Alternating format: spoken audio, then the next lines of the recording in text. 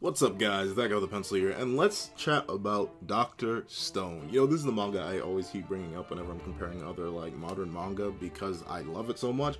It's just that I never really talk about it because I don't there are a lot of things I could talk about when they come to this series, from the characters to the successes, even to the few failures that the series has. So those failures are really hard to come by.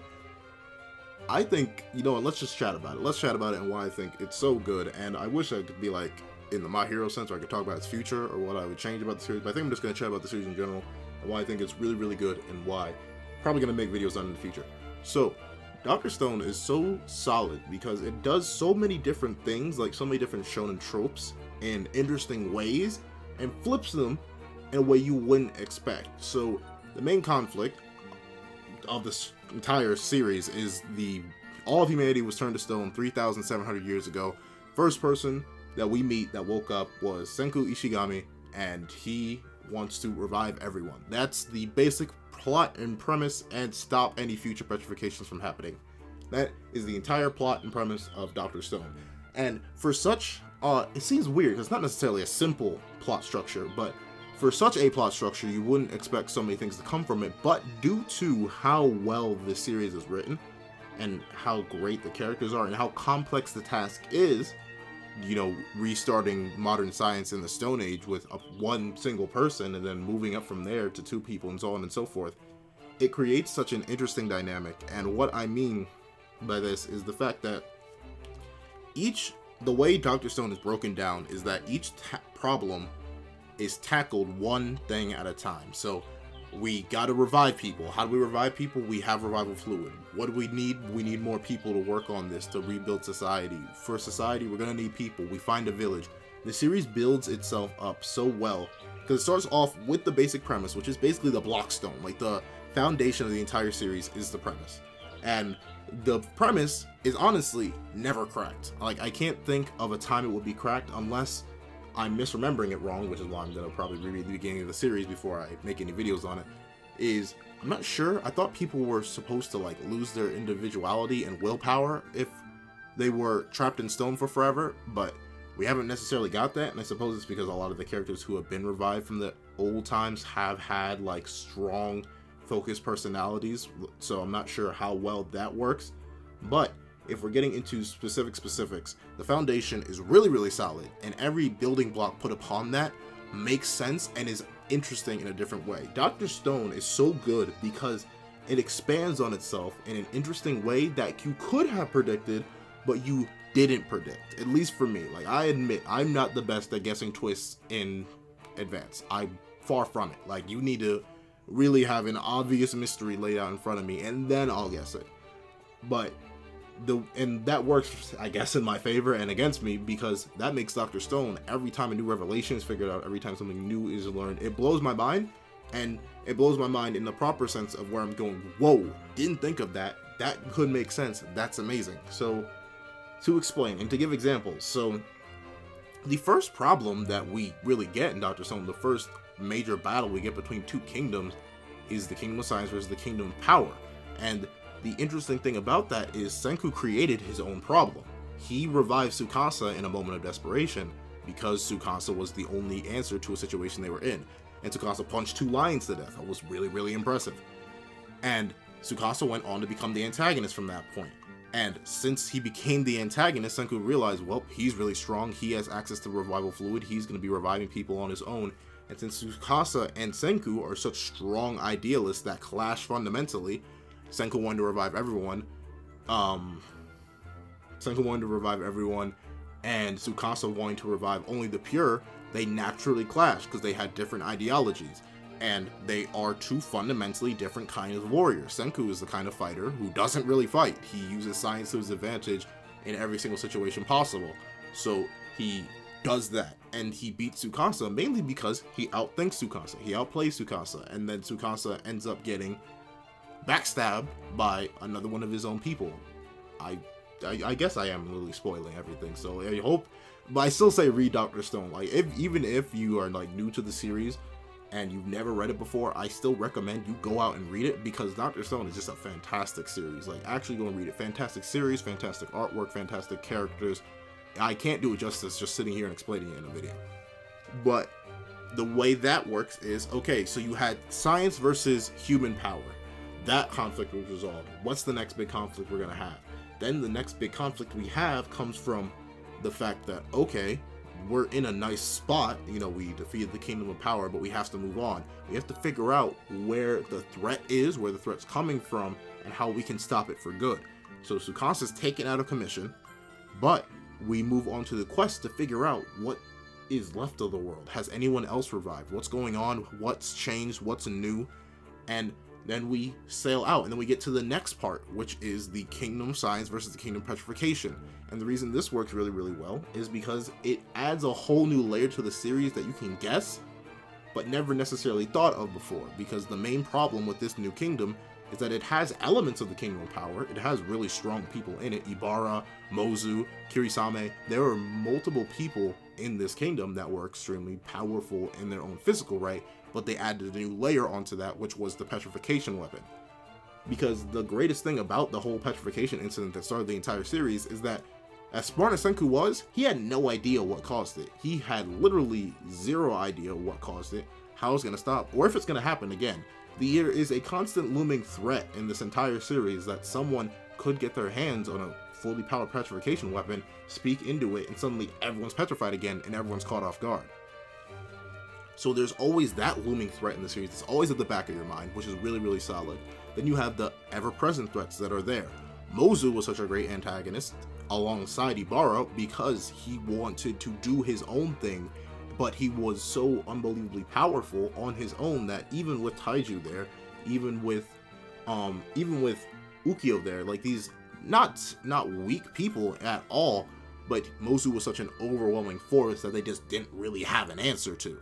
So that entire arc not only had the main villain Ibara, who had the petrification weapon and was using it to his own advantages, but you also had Mozu, the secondary antagonist. And then to bring it back to fight the problem that is Mozu, who's acting always in his own self-interest no matter what he seems to do, they ended up bringing back a previous antagonist who also only fought for his own self-interest, and those two end up clashing and meeting ideologically, and it ends up working out in their favor.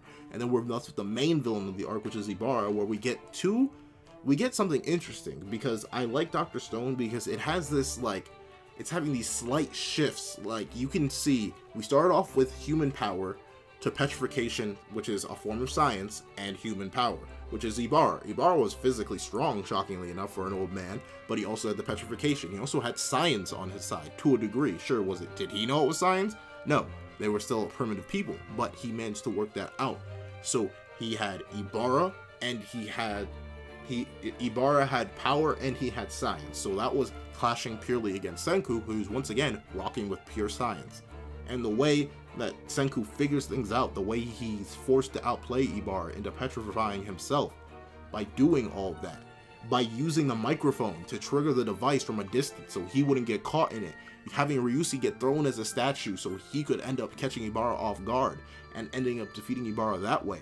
Fantastic. The way that you have that entire arc, that entire whole island arc built up by having Nameless or Blank or Soyuz, which is his actual name, by having him be nameless, and you have this character who, like, you never really understood, you didn't know where he came from. Having his entire backstory be laid with this island is really, really good. And then of course you have the entire past backstory with the this series is, for 156 chapters, it's surprisingly complex and multi-layered, but it's also really, really simple to understand.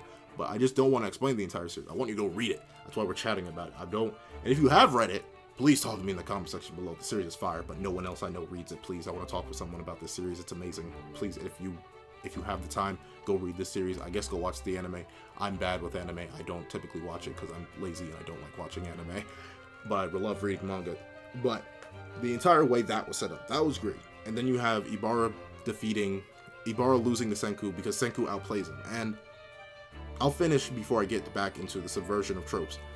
The next arc, the arc that we're currently in, is something even better, where we get this nice division where it's not even a nice division, it's science versus science, but two different types of science.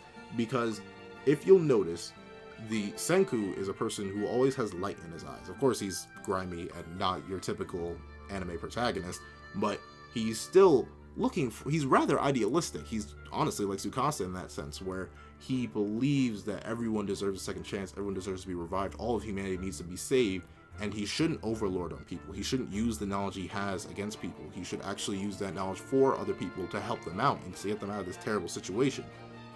While the current villain we're fighting, Dr. Zeno, he is also a man of science to the purest degree, but he's a flip man. And in the latest chapter that I've read, chapter 156, the great thing about Dr. Zeno is he's a man of science that Senku knew. And of course, this is all retroactively being added in. But the great thing that this chapter does is it shows that Zeno, despite being a man of great intelligence, he believed that there are too many dull people and that he must rule over them all as a man of science. And you get that nice ideological difference, and you can see it straight up, because a lot of the things that Senku has created are like good for people. He made ice cream, he made soda, he made cures. He's using all the positive sides of science along with the few destructive parts that just come along with it, while Dr. Zeno is focusing only on the destructive parts, from the hunting of humans to the creating of massive weaponry to creating attack planes and stuff like that. So now we're having a whole new different battle, which is not just power. And Dr. Zeno isn't a person that Senku can just outsmart, because they've known each other. They know each other. They know each other to a degree. They obviously don't know each other's fighting styles, but they are both men of science. And one of the things that's gotten Senku past a whole ton of barriers was science, was the knowledge that he had that his opponent never did have. As smart as Tsukasa was, he was smart as a battler. He wasn't smart as a science person. Same thing with Ibara. He was smart as a cunning old man, but he wasn't smart in the science sense. But now Senku doesn't have that advantage anymore. And it's going to lead to, honestly, probably one of the best, if not the best, and most interesting arc, because it comes to what, and as he puts it, as the chapter 156 puts it, Dr. Zeno is interested in a challenge, and he wants to see which science will prevail. So we're gonna get these two different types of science, the creation and the destruction, going at it. And it's gonna be super interesting. I know it is. It's already building up to be super hype. We already have an infiltration. Dr. Stone, fire. But to what I talked about, subverting tropes, the great thing I like about Dr. Stone is Senku isn't your typical protagonist. The man doesn't fight. He literally doesn't. Like, he's not your atypical Stone protagonist where he's like, I don't want to say it. He's not like Midoriya, where like he isn't your punchy, thinks things through. Senku doesn't have any super strength. Senku doesn't have a superpower. Senku is just smart. Like, he doesn't have any transformations. He doesn't ever really fight head to head. He has other people who he fights alongside and fights with. Senku is a man of pure science, pure knowledge, and what he can do with that and use to a situation. And the best thing about that is it leads to shockingly interesting fights. Because every time you know Senku's about to go into a battle, it's not going to be your typical battle. It's going to be Senku trying to manipulate the environment, manipulate what tools he has. The great thing is Senku always will technically have like this toolkit. And if you think about the toolkit and you understand it, you can see what he can do with it. Even if it's really, really little, even if he just has a bottle of depetrification or the revival fluid, the way he managed to outplay Ibara with nothing but a bottle of revival fluid and a microphone.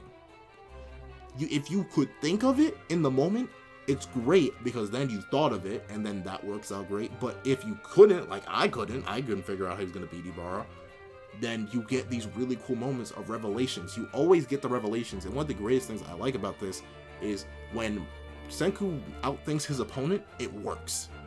It works because he legitimately outplayed them. He understood how they thought in that moment, what they would do, and then he proceeds to outdo them. That's great. It's always good to see a character outthink a situation. And while it's not your typical shonen, it's not your typical battle manga, it's more of a comedy, I still think it works. It still creates for interesting tension, interesting dynamics, because you always got to think, because you're always going to believe, okay, Senku's going to get himself out of this one. But the best thing about that is, you know that with every main character you watch. Of course Midoriya's going to get out of this one. Of course Goku's going to get out of this one. Of course Naruto's going to get out of this one. But what's great about Dr. Stone and Senku himself is that you always are wondering how. You're always going to wonder what way, what could the solution be? And you're always thinking about that. And not only is Senku great, but it was really, really smart to build the world the way it did, because that means you literally can introduce pivotal characters one by one. The cast of Dr. Stone is really memorable for me because they would be introduced, they would have a solid moment, and then they would go onward. And then add a new character, and then show off a new character. And each character that we get introduced to that becomes a mainstay of the cast has their utility. And it's great. Taiju, he was the first person we were introduced to, but the main character is Senku. So Taiju is the second person we get introduced to. He has his purpose. Crazy endurance. Yuzurihara, I can't say her name to save my life. Yuzurihara has the crafting ability to not only fix broken statues, but to just create clothes. That's very important in this new world. The ability to craft is just important in this new world. Has her utility. Tsukasa, the ultimate warrior, has his utility. Hyoga, the ultimate cunning madman, honestly, has his utility. I want to say Chrome, but I was gonna get to Gen. But Chrome, the ultimate explorer, has his utility. Gen has his utility. Kohaku has her utility with her eyesight. Sukiya, a child, has her utility. Kasaki, an old man, has his utility. Every single character that gets introduced has their utility. And if they don't have an apparent utility, like Ginro, then what they do from that point on is they have a moment that makes them work. Like, I believe it was Ginro, maybe, because it's Ginro and Kinro, so I will admit, I do get their names mixed up sometimes. It's the blonde, I believe it's Ginro, who ends up having his moment in the petrification arc, where he sacrifices himself to show off the weakness that they need, and he ends up saving everyone by being a distraction, and then he gets his moment where he gets petrified, and that's great. Every single character that we get introduced to has their moments or has their presence. Like, even the newest characters, Kirisame, Mozu, all these new characters that became mainstays of the cast that we are traveling with right here, right now. Nikki, Magma, all these people have their purpose. And whether it be just mostly for gags like Nikki and Magma, they'll still have their fighting utility. They'll still have their ability. Ukyo, I believe, Ukyo. The old sheriff, he has his utility, even though it's once again mostly for gags. This is mainly a comedy manga, but each character works in the sense of when they need to work, and I think that's great. It's very hard to do though, which is what I understand. It's no wonder even I keep just bringing up characters because these characters are so solid. Ryusi, Francois, all these different characters can do things that they only can do, and that's the important thing. When characters overlap, then you start to get into issues of, oh well, is this really working out properly? Or like, is fights gonna get repetitive and boring? Or is the story, not even fights, is the story gonna get repetitive and boring? Because a lot of these characters are filling the same niche. Every single niche that needs to be filled by Dr. Stone is filled by a character. And when those niches start to overlap, there's a specific thing that they have that the other character that doesn't have that is also in that niche doesn't have. Kohaku, Hyoga, and Tsukasa all are fighters. That's their main overall niche. However, Kohaku functions because she has amazing eyesight and amazing speed. Mozu, why did I say Mozu? Tsukasa functions because he has that natural talent and he's just the strongest warrior. Hyoga functions because along with being a fantastic fighter, he fights in that unique way with his pipe spear, and he's extremely smart and cunning, and he's much more ruthless, so he can think in the way that a villain would think. So each of these characters who fill the same niche all have their own miniature niches built into their characters, so they all stay individual and they never overlap fully. It's little stuff like that little extra bit of effort that makes the series, that shoots the series up, like beyond what I expected. And I think like all that's great, and I really recommend you read it. And to talk about it, the series itself is beautiful. Like the artwork, sure, there are some character designs that I squint at, and I'm just like, oh, you went with that one, huh? Like you couldn't fix that. Like there are sometimes like that, and of course you have Senku looking like your crazy bleak protagonist, but I feel like it adds to the charm of the series, and I like little things like that, like all the unique markings on their face, and like how they all had an excuse to lose the markings, but they ended up, because Senku still had his, they all just wear their old markings as war paint, and how all their markings tie into their characters. All that stuff, all these little things that compile on top of each other are what make Dr. Stone fantastic for me. And I do believe, I recommend this manga just as much as I recommend Seven Deadly Sins to anyone. I recommend this manga just as much as, more than I recommend My Hero. I recommend My Hero a lot. If you're looking for a good comedy manga that actually has great characters, good stakes, fantastic world building, good development, please go read Dr. Stone. It's fantastic, and I'll be able to talk with you with it. And when we talk about it, we're gonna have a fantastic time, because this story is filled with epic moments. The story is filled with great characters. The story is filled with such quality content. But regardless, thank you guys so much for sitting here and listening to me chatting with me about Dr. Stone. I still think it's a great series, like 9 out of 10. Like, honestly, and me not giving it a 10 out of 10 is just me being petty. I'm not even gonna lie to you. I feel like there are some issues, but those issues are so minor that I feel like they can get their own video for me to discuss, because I'm going on for a minute. But yes, thank you guys so much for sitting down here chatting with me about it. And please, in the comments below, if you're interested, tell me.